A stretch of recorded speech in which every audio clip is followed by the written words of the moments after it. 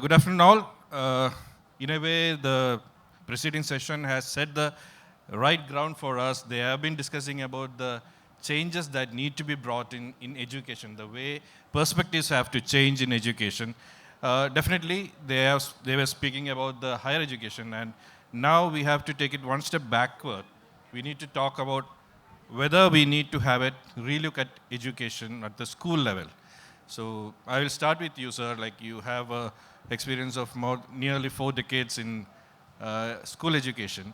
The NEP 2020 is coming after maybe 34 years.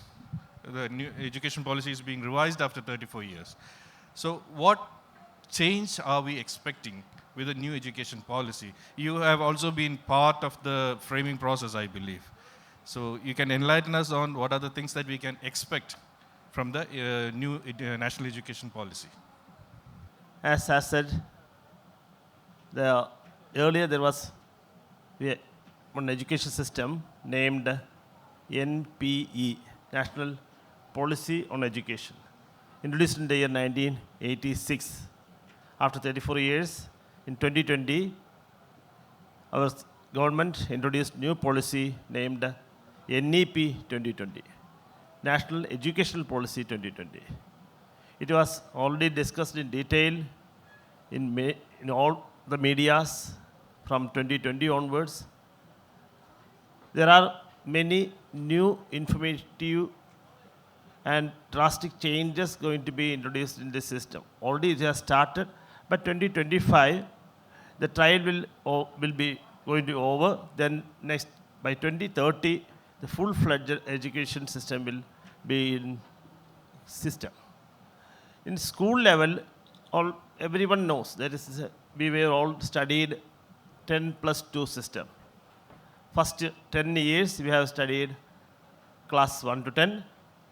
There were no nursery class, or as we said, all called Anganwadi or kindergartens. Only we are starting our classes from first standard.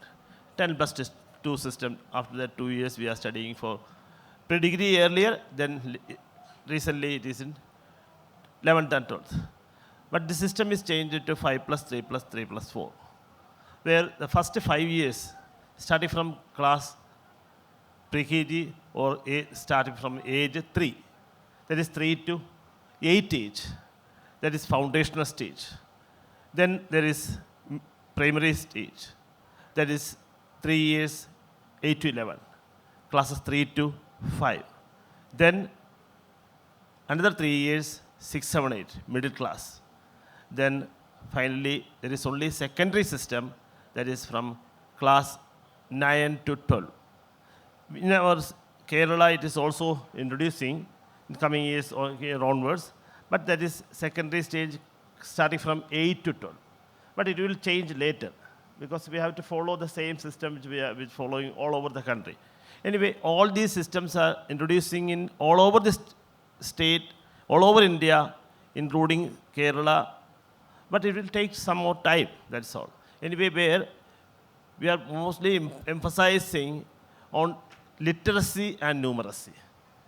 Where literacy in the sense where not only language in the sense of international language like English, our mother tongue, and where local language is also to be given more emphasis. Because in Trivandrum, in Trivandrum also people are talking differently in Parashala or Neyatingala or even or Nedamangad or Attingel. You mean the dialects? There is difference. Like that Kasaragod or Palakkad, all our language, Malayalam, mother tongue itself, there are changes. So that is why ministries or this NEP 2020 is saying that we have followed when children should understand the concepts, whether they are studying mathematics or science or any subjects or languages to understand. Even English they have to understand. They have to know about the meaning in Malayalam or the local language, mother tongue.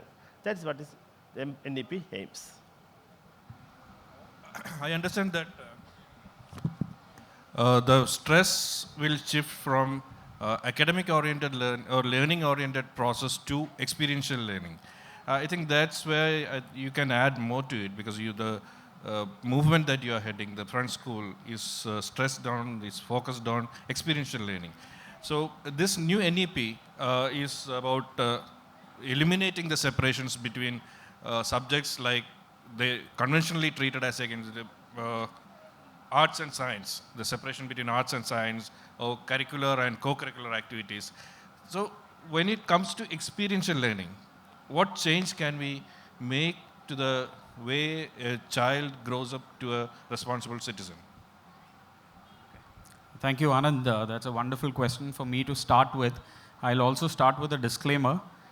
I am very new into the education field. I've started with the school only in 2019, but my earlier background was corporate. So it's only purely out of passion for education and wanting to do something different and transform the way children learn is what got me and my wife into schooling. So that's what we are trying to do. So compared to Jyothis sir, I might be very less experienced. But from my experience, I'll start with the one point. See, education throughout the past centuries have always been teacher-centric, and it has always been teaching-centric and syllabus-centric. Child was never considered as an element in anywhere of this. You don't understand the child, you don't give any emotional acceptance of the child is never given choice. The child doesn't even have the ability to move in a classroom. If you all go back to your classrooms, we would be sitting in a bench like this, we were 4 people. So imagine, can you even move? I mean, I remember those days where I'm in the middle and I have to, hit the other person to even get some space to put my notebook. So as children, we love to move, right? So our movements itself are restricted. Forget about everything else, right? From choice to individuality and all of those kind of things. So what we are trying to do is give a lot of importance to the child and surround him with an environment which is very conducive for learning. So I believe the biggest skill that our children should develop for the 21st century world. I always say mid-21st century world. We are almost 25 years into the 21st century. So the children who are in school right now, they are going to live in 2040, 2050. So we are talking about mid-21st century. And humankind, the change that we are going through today, is something that we have never seen over the 10,000 years of our existence. So the technologies like machine learning and data science and AI is going to transform so much.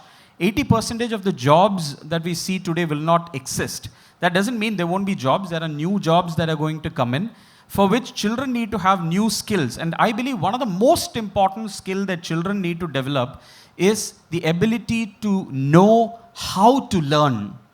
Right? This is the core that will help a child be successful and thrive in today's world. And this is the very essence that our schools don't focus on in today's world. If you look at NEP, there is a lot of positive changes that is happening. But I have a lot of my own objections against NEP. I will probably bring about it in a later stage. So what we are trying to do is, we all studied a lot of things in our school, but if you ask me, where do you apply this particular theorem? I can tell you the definition of the theorem, but I don't know where to apply this. So what is the purpose of education?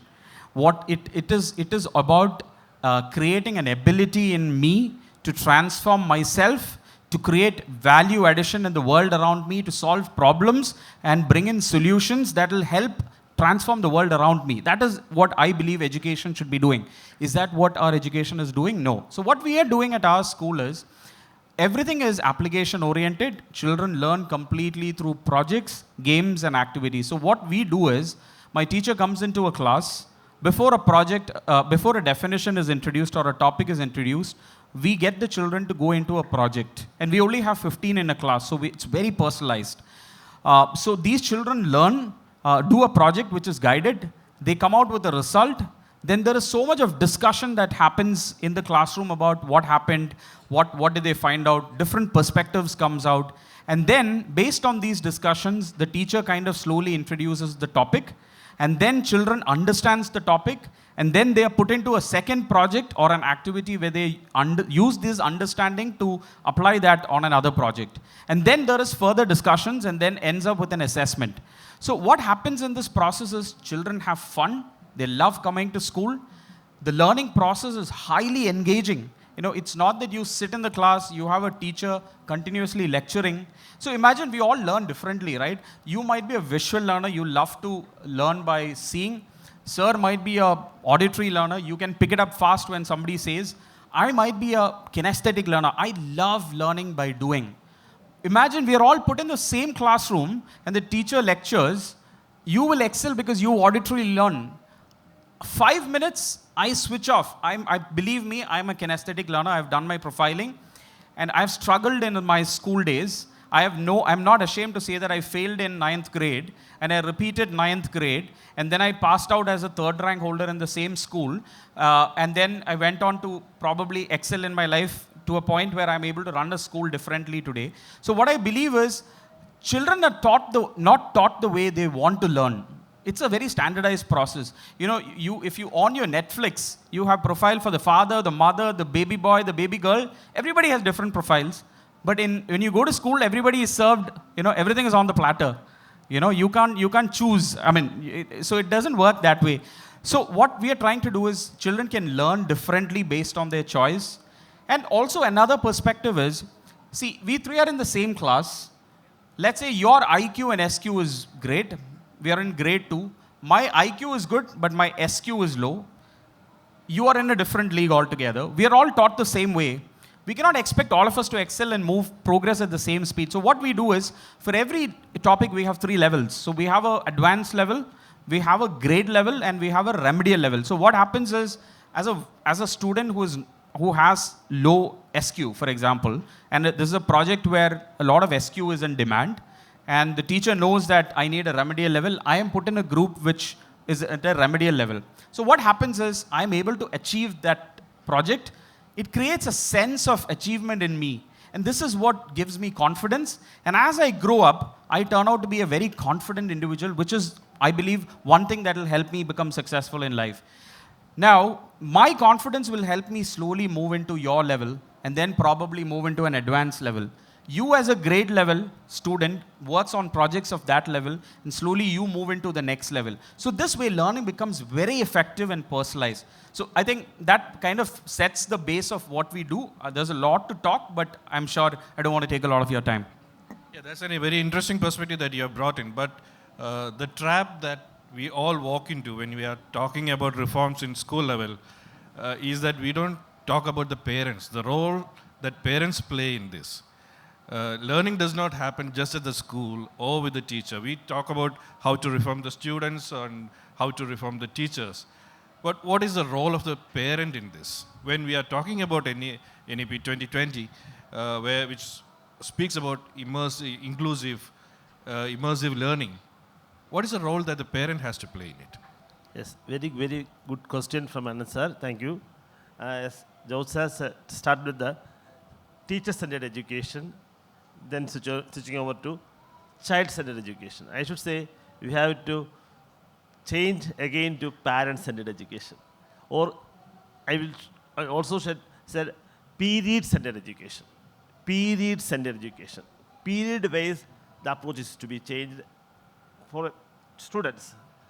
And parents also to be teach very well, also to be taught regularly how to make a child to know their subjects, where parents are not at all having any role at all. According to my view, parents are those who are to help them to do something by their own. Usually, parents misbelieve that in addition to teachers from the schools, they have to send for even tuitions. Students are unnecessarily making trouble by giving additional help from in addition to teachers, parents, then tuition teachers, and even apps nowadays. So where the role of all these, only effective 25% of their performance in their examination. 25% is only the part of all these factors, teachers or parents or the tuition teachers or the apps and everything. The second 25% is studying by a child. studying by a child. The third 25% is learning by doing. Sir said, learning, experiential learning said, learning by doing. Then fourth 25% is peer group learning. So we have to give chances to children to study by themselves, study by interacting with their peer group, and learn, let them do something at their home, at their labs, or anywhere they can do something with mathematics or the science, where all these subjects children can study by themselves.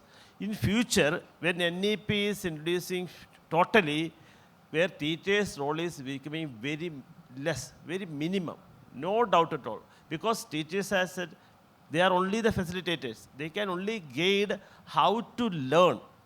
Students can learn because everything is in fingertips. Everything is in their fingertips. So they can, nowadays, Guru is not the actual teacher. Guru is Google. So they can Google and they can learn everything. So where teachers only to do the things about the awareness of the curriculum, which are the areas to be studied in each class. Nowadays, the examination pattern is also changing. That also parents should know. In 10th board examination and 12th board examination, the reasoning-based questions are there. Assertion-based questions are there. Competitive-based questions are there. Where the students cannot mug up.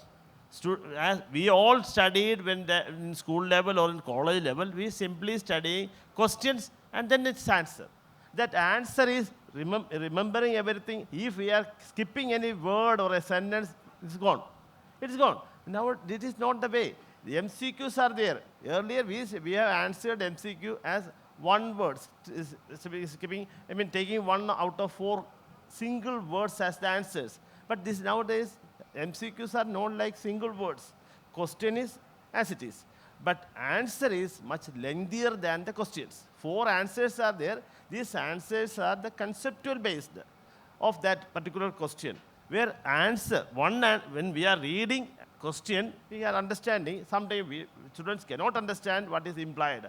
Then they are reading answers, all these 4 answers. Then they are they have to read again the question. Then only they can correlate question with the answer. Then the second time they are reading the answers, they can eliminate 1 or even 2. But they are confusing with the 2 answers.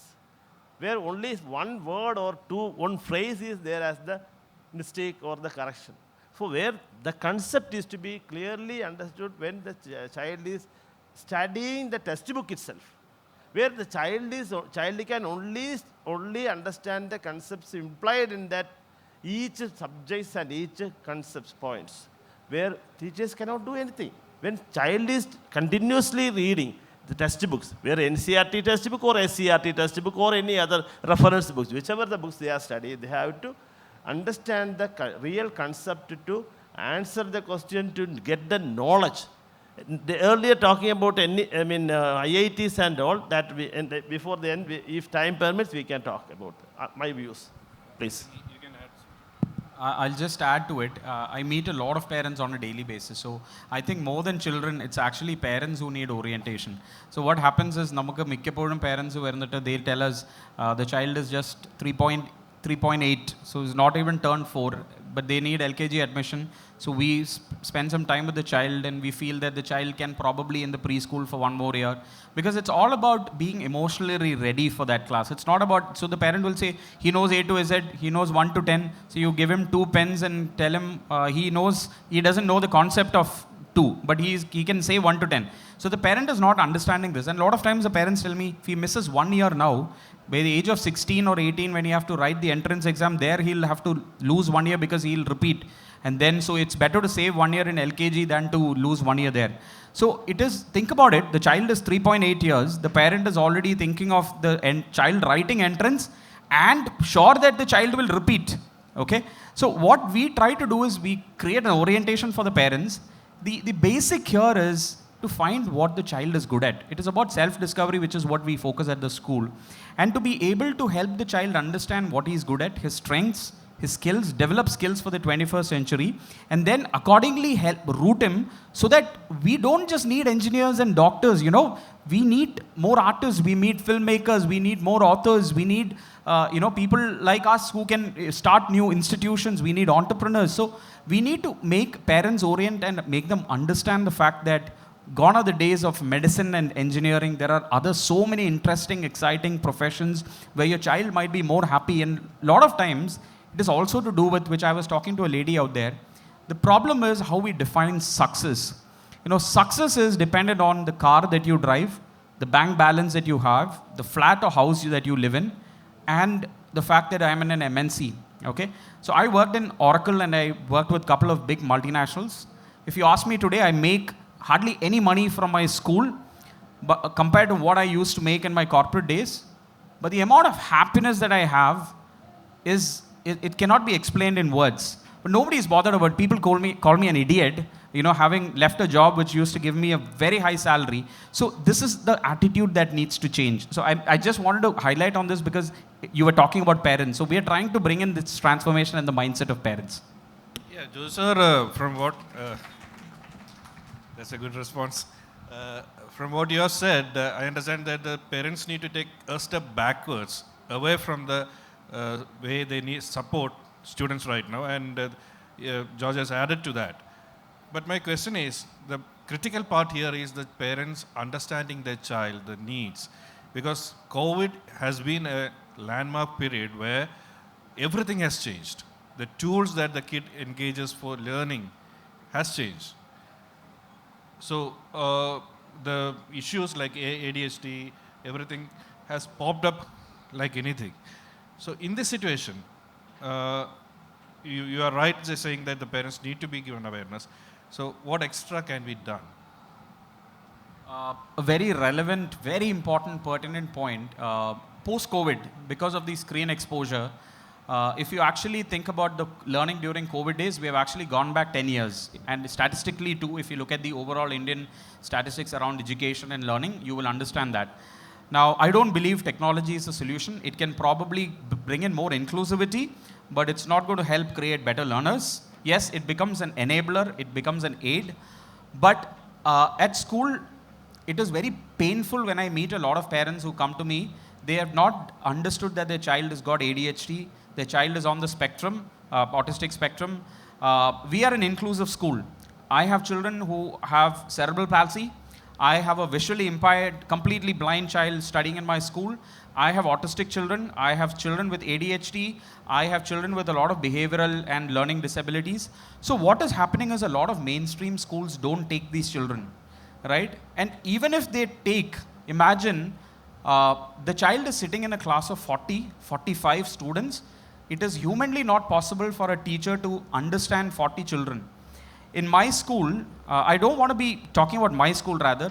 In schools like us, which is alternate learning centers, which is, I would say, Kerala is way behind. If you go to any other state outside of Kerala, you will see a lot of alternate learning centers. Malayalis don't like experimenting, we are risk averse. So we don't, Tamil Nadu and all, you go so many of schools like what we're doing. So what happens in a school like us is, a teacher in depth knows about every child. You call her in the middle of the night and ask about the child. She knows what stage, what is the areas for improvement, what is the progress that the child have achieved. It is not about academics and grading.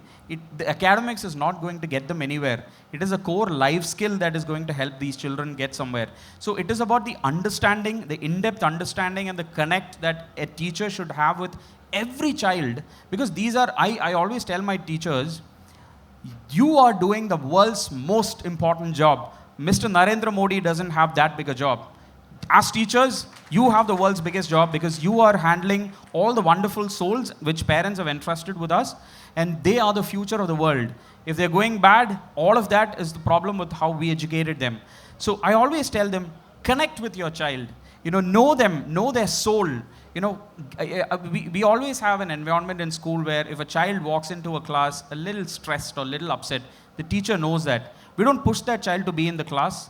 We get them to move into a peace corner, spend some time there, probably draw a picture, write about what the child is feeling right now, settling down, getting hold of his emotions, being able to express that emotions. I have children in my school who scream loud.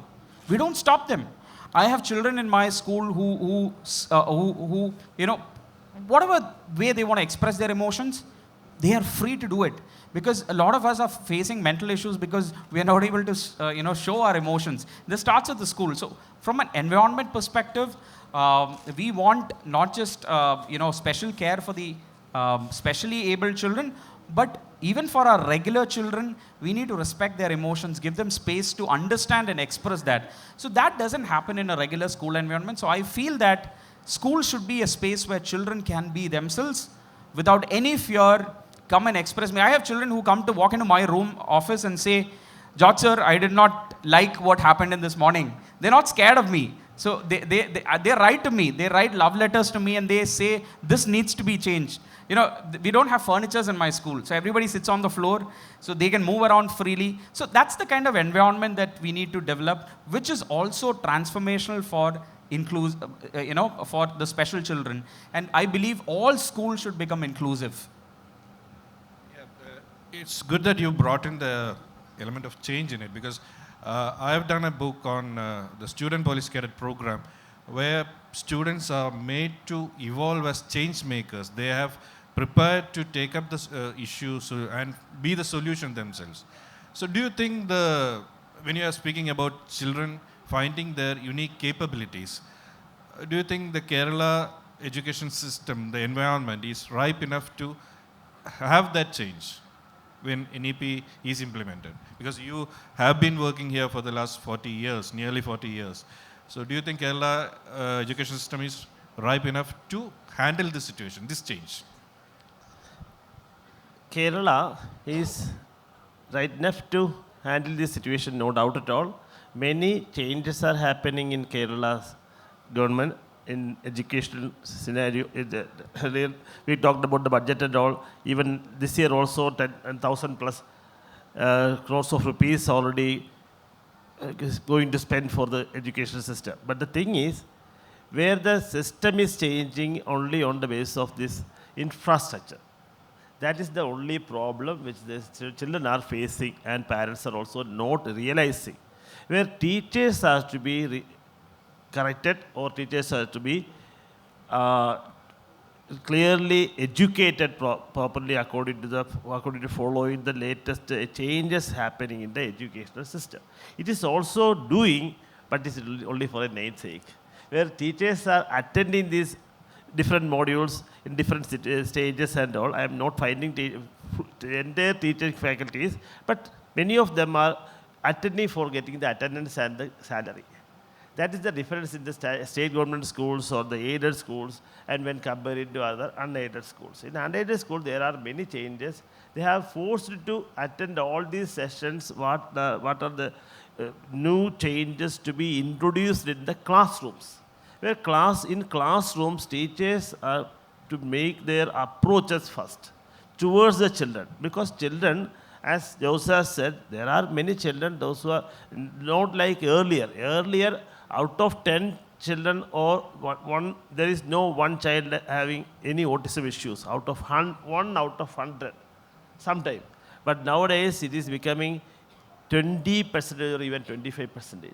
Out of 4 or 5 children born in Kerala or in India, one child is having any otherly abled issues. So that is also to be attended. That is why inclusive education is needed in the classrooms, where teachers are changed their approach and they have to deal these children without making their fearful mind. They are having enough freedom to ask anything to teachers like their mother. Their mother also to be usually in up to around 4 or 5 years, this mother or father, even they are neurologists, pediatric neurologists, they are not understanding the problem of the child.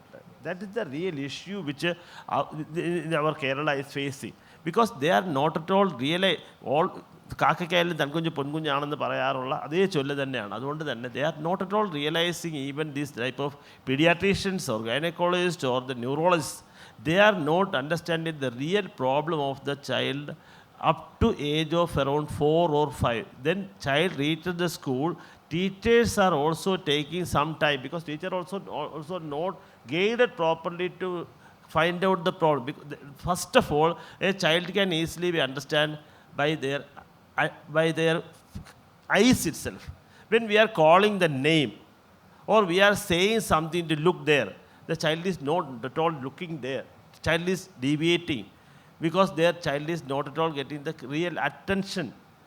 Instead of that, child is making attention seeking other issues, other problems. That is what is the attention. The child need attention. Where child is not at all giving proper attention by the parents, or parents are not having enough time. They are always in mobiles. So that is the child is not. That is why parents are not. Then child reaches school. They are always having some issues with their friends. Their friends are not accepting this child having this type of problem. Where in all these cases, teachers are to be taught clearly how to realize such a child and how to make the child in our system uniformly when we are handling other children.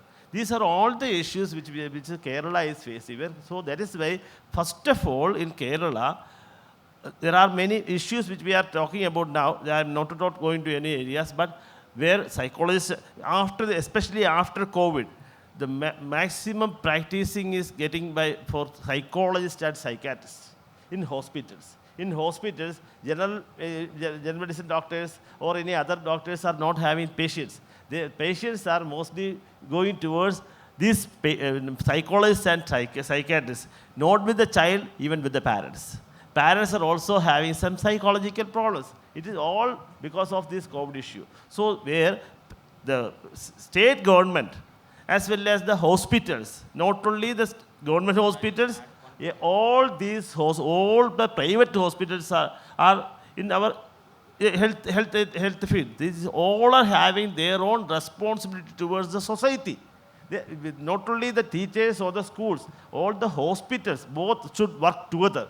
Education institutions and hospitals should work together to identify such type of children, as well as facing such, when a child is born, the parents are facing problem. So parents should be properly guided how to handle such a child. So where both are having equal responsibility in addition to the state government. Thank you. Just a quick point. So since you asked about teachers, so biggest challenge I feel running an alternate school is to find the right teachers. So I'll just give you a quick example. We had 5 teacher vacancies now. You wouldn't believe, we put up ads in LinkedIn and a couple of social sites. We got about 798 applications. My admin screened that through her telephonic interview, and then the selected ones went to my academic coordinator. She screened, and then it came to my principal. She screened, and all of that came to me. So I selected about 40. Out of 40 who came for demo classes, we selected about 15. Out of the 15, we selected 1 candidate. So imagine, out of 798 applicants who put in a job, and you wouldn't believe, 70% of them are B.Ed holders.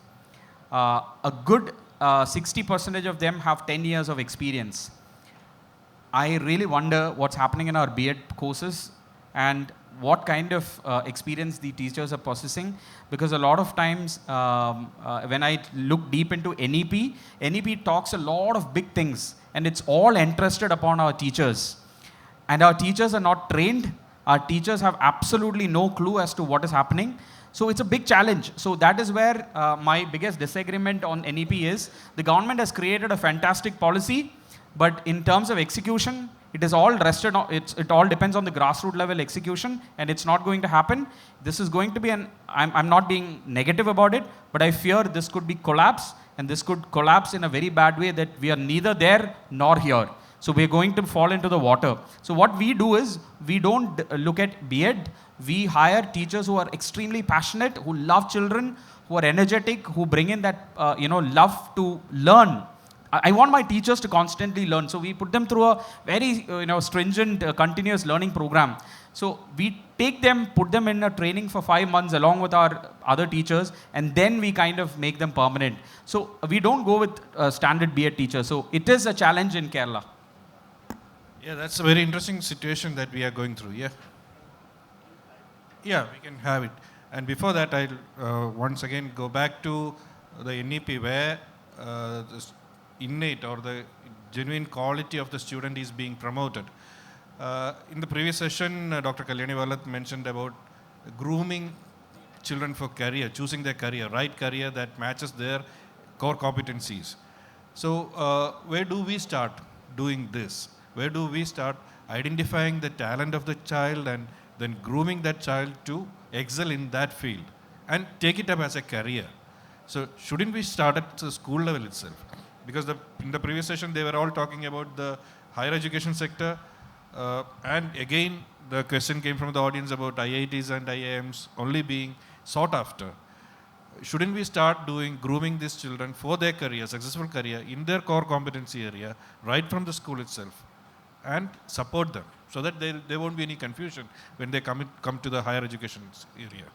Yes, it's a very good suggestion. Actually, which we are doing in our school. Actually, in our school, from 6th standard onwards, many skill subjects which we are teaching. And in 11th and 12th, there are 45 subjects in our schools. 45 subjects. Only one school in India, I should say. 24 main subjects and 21 skill-based subjects. Various subjects. I am not naming all these. Anyway, actually, when the child reaches 6th standard or age 11, from that time onwards, we can make the child, creative. Their creativity can be identified, it can be promoted. Their skills are to be promoted by the teachers. Many are skill-based.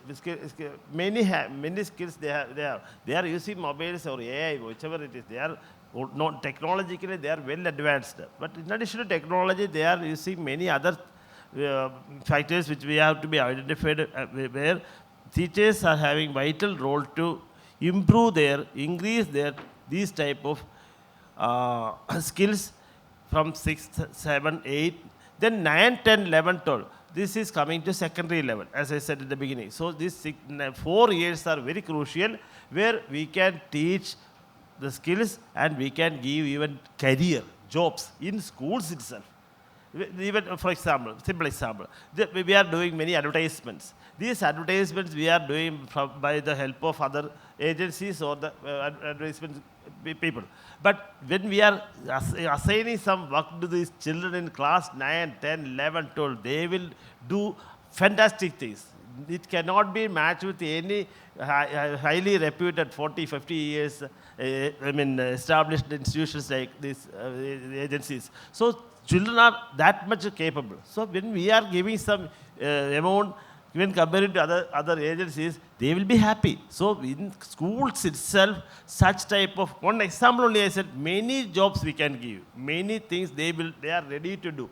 Their parents also to get aware what we are making them. Because we have to pay, we have to give, according to their work, they have to pay to the students. So all this career can be started from not only in higher education level, even from the school education level. We have to reward them. Yeah, this is, you are speaking about the conventional school class system. You can share the alternate system where the career grooming is happening. Then we can move on to take questions from the audience. So what happens in schools like us is, as I told you earlier, our predominant focus is to help a child discover who he is. So everything is centered around helping the child understand who she is or he is. So we expose them to various different programs which will help them in this whole process. So in my grade 1 and 2 students, they have programs like carpentry. We have design thinking, scientific thinking, emotional thinking. We have professional cooking classes. We have archery training. They have electrical sessions. They work on robotics, coding. They have chess training programs. So a lot of field trips that come into play. there are projects which are based around the environment. So they go into the neighborhood, study that. So for example, we all studied history, we're all by-hearting it. So we start with understanding the neighborhood, slowly going into the depths of it. So it generates interest in children. And all of these extracurriculars, which I don't want to call as extracurriculars because I believe it is as important as academics. And I rather believe it's slightly more important than academics. So we give them exposure to all of these different, we have about 16 plus different programs, which eventually expose them to different activities, and in the whole process, they get to know about themselves. And everything that happens in our school is focused on developing something we call as the 8 C's. So in the sense, complex problem solving, critical thinking, creativity, collaboration, change adaptability, continuous learning, communication, confidence. So these are different 8 skills that we focus on. So everything happens in our school is built around it. So if you actually look at this, what the world demands out of children, of schoolgoers today, is pretty much this. Now, if you are able to develop these skills and help them to discover themselves, we are actually putting them in a platform where they can choose where they want to go and eventually come out successful. So right now, I have only up till grade 2. We are adding up more classes as my first batch walks forward. But we are not, I don't believe in standard personality profiling and all of that. That probably will happen as an add-on to their self-discovery process, which they have undergone in the last so many years at school. So this is the kind of environment that we try to create. So I'm a mother of a 3-year-old son, so I was really looking forward to this session.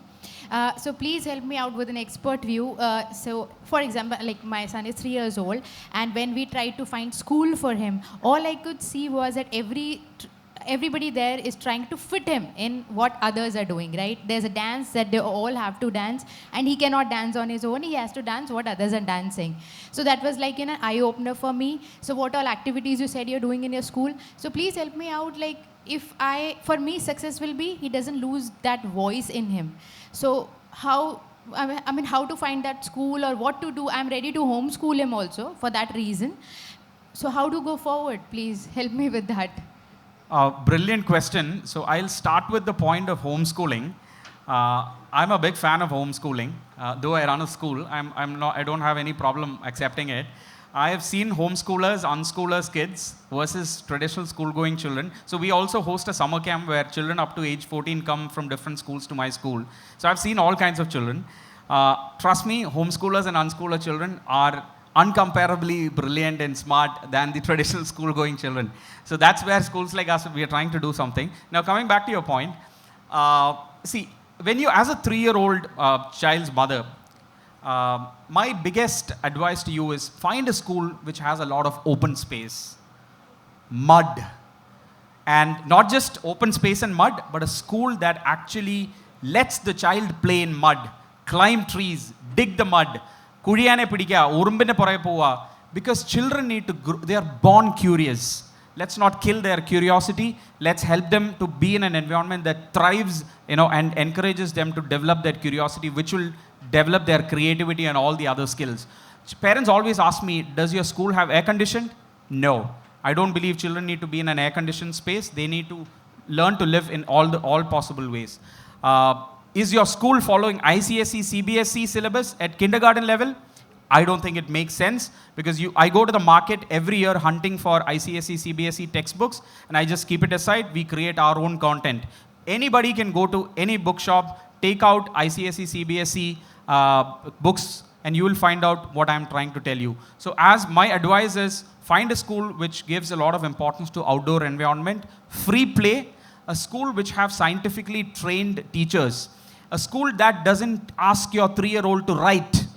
Okay, children shouldn't write till 4.5 years minimum. They shouldn't actually be writing till 6. But because we live in a country like India, we are pushing them to write. But at least a school that doesn't ask them to write till 4.5 years old, a school that promotes reading and comprehension more than writing, a school that gives them freedom to express their emotions, opinions without any fear of being judged. That is the simple opinion that I can give you, and a school which has a lot of individual attention that is given. Okay, thank you, sir. Let me add a few more points. A child first of all, your child is have only 3 years old. A child can start writing only from the age 4. So, my humble request to the parents, those who are having small children or those who are going to born, should take care of. Do not teach the child to write alphabets or numbers or nothing. They'll let them write themselves. They can let them draw themselves. No specific 2-line touching or 4-line touching or even single line touching. They cannot do all this because they are not at all seeing the lines. A child can see the small narrow lines only after the completion of 4 years. Then only the vision become enough to see a thin line. Then second thing, the child, when a child can read, child can see, child can listen. All these are doing from just after the child came from womb, no doubt. But the child can start writing after completion of 4 because the child muscle coordination is to be completed, finger coordination is to be clearly, properly doing properly. Then the third one is the eye and mind coordination is to be developed. All these developments are to be completed, then only the child can write. The second advice to madam and others is that find out a school where child is not at all giving much writing or even no homework. Homework is to be banned in our Kerala. That is what is to be done first. In our Kerala, homework is to be banned from KG to even 12th class. We are not at all giving homework from lower level to earlier second standard level, up then fourth standard level. Nowadays, we are not at all giving homework because even if we are giving homework, next day the teacher and children will become fighters in the class. You all know, especially if the teachers are, because they are not ready to write homework.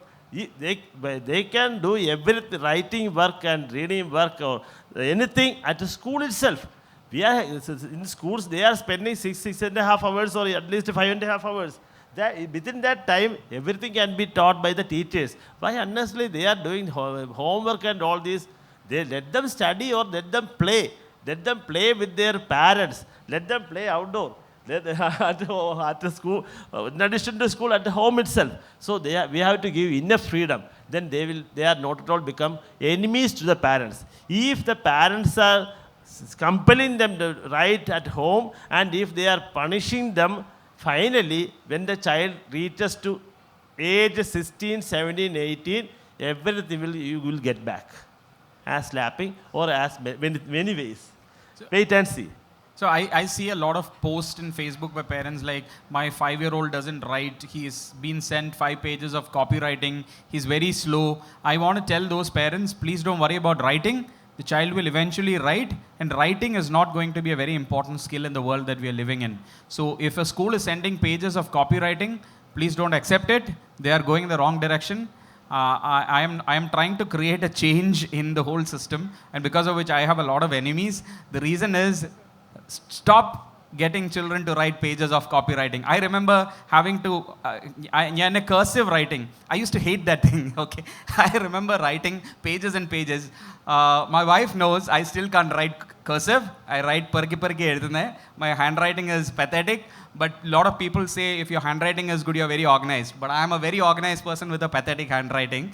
I don't think you need to focus on writing. And you send them the child to tuitions. Tuition homework kuda veetti vandirunnu cheyanam. School inde homework veetti vandu cheyanam. So it's pretty much crazy. Please, let's not put our children through all the stress. Thank you for the wonderful session. I'm not here to ask any question. I'm just here to present a parent's view, because you have been talking on the school side about the teachers. I'm here to present parents' view. Please excuse me if I take a bit more time.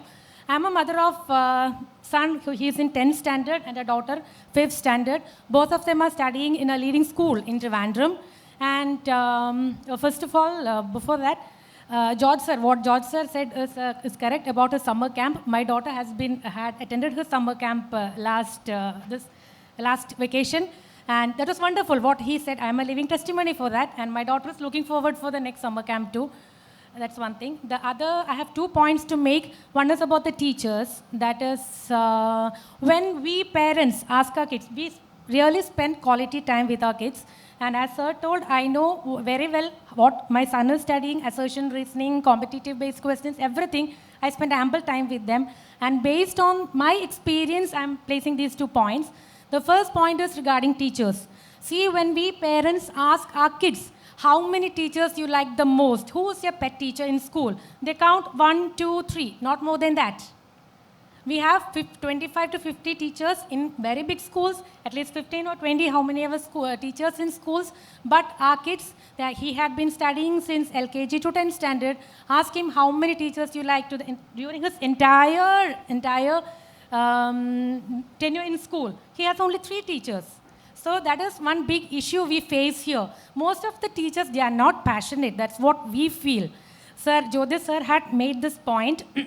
So that is one thing. Our kids spend more time at school than they spend with us. We have many more things to take care. We have to take care of their health, their food, their sleep time and all that. So we expect teachers to be more passionate with our kids. The second thing is, you have been talking about how kids have to be raised as an individual, as a good individual, no, right? But my point is, again, the kids learn their social behavior in schools. So it's more important to raise them as social beings. Like, again, in schools, what I feel is the basic social norms are not taught. Like kids, they are not allowed to wash their tiffin boxes in school. When I discussed this with the teachers, they told it's a mess. We can't manage them during that time. That's one thing. Second thing, they don't know how to react during an emergency. They don't know how to give a CPR. They don't know what to do when their friend falls in the school ground. They don't know the basics of traffic rules. So what I feel is kids also should be given opportunities, ample opportunities to learn basic social norms in school. As a mother, I feel that is lacking. So I'll just quickly respond to it, though it doesn't, it was not a question, it was observations, but just to share my thought. Yes, in our schools, coming to the second point, see, we are life skill focused. So in our future curriculum, we are talking about mental wellness, sexual education, we have financial planning, savings programs, entrepreneurial programs. So all of these are in the things that we are developing for our higher classes. Work is in progress. So, and you mentioned about good behavior. I don't think there is anything called good behavior. We just need to, we want children to be themselves, evolve, and they'll fit into the social system. We just need to give them the right space to express themselves. Social behavior, absolutely. We just need to put them in a social space and they will eventually learn it. We just need to guide them here and there. We don't have to tell them, we don't have value education in my school where, you know, you have a teacher come in and say the golden axe and the silver axe and the, right. So children will learn all that as they grow upwards. So yeah, and one small thing, and there's an interesting thing I want to share. In our space, we have teachers who do lunch dates with the children. So it's just the child and the teacher alone. They share about their personal life, their stories, they exchange. This happens every day with teachers and students. Sometimes it happens in groups, sometimes happens individually. So all of this builds that, you know, relationship. And as Sir rightly said, it is not teachers that we want, it is more of facilitators, you know, guides and mentors that we need. So there is a shift that's going to happen, I think, in the future. So this conversation was very interesting, and as a teacher myself, I would like to know what are the facilities you've put in place to compensate teachers, because teachers have to be role models. They have to be, they have to be nannies, they have to look at the psychological aspect, they have to do their training. So how do you help teachers? Because it's not easy. Okay, I believe, let me be very blunt and honest, my teachers are not the highest paid in Trivandrum, okay, because we are a growing school, but as we grow, my teachers are also growing. You can talk to any of the friend school teachers, they'll vouch for it. There's some things that beautifully we are doing. We don't have a leave policy, okay, so that doesn't mean teachers can't leave, that's not what I meant. There is no leave policy. Teachers can take a leave whenever they want. Okay, so that simply means that we don't deduct their salaries. Okay, if they want to go take 2 days, I tell my teachers, you want to go stressed out, you want to go for a movie, just please go for a movie. Let the admin know that we have backup plans. We have plans which they give it to another teacher, she steps in. And let me take this opportunity to also tell you, we are the only school in Trivandrum where we have period leaves for our teachers. Okay, this is over and above their casual leaves. So that is something that we have recently introduced. Our teachers are utilizing that. As a school, we have no problems. There is no leave policy. Teachers have no problems. The school doesn't have problems. So these are part of our, there is ongoing continuous training programs that we do. We send them for workshops. We bring in expert trainers for, training the teachers. We exchange videos on Instagram. We talk about it, discussions. These all creates a culture of curiosity for teachers and continuous learning. And we make the environment a fun environment for teachers too. I want to say thanks to Mathrubhumi to invite me as well as Jyothis Thomas, because we are doing some wonderful job. As a model to other schools, no doubt at all, we are giving the highest salary, not only in Trivandrum, in Kerala. Teachers are to be morally, remunerated. That is what is I think. Thank you. So same here, I want to thank Mathrubhumi, and I told him, you're a veteran, I have so much to learn. So he was so welcoming. He said, let's meet anytime. So there's so much of things for me to learn from you, and I really appreciate sharing the same, sir. Thank you.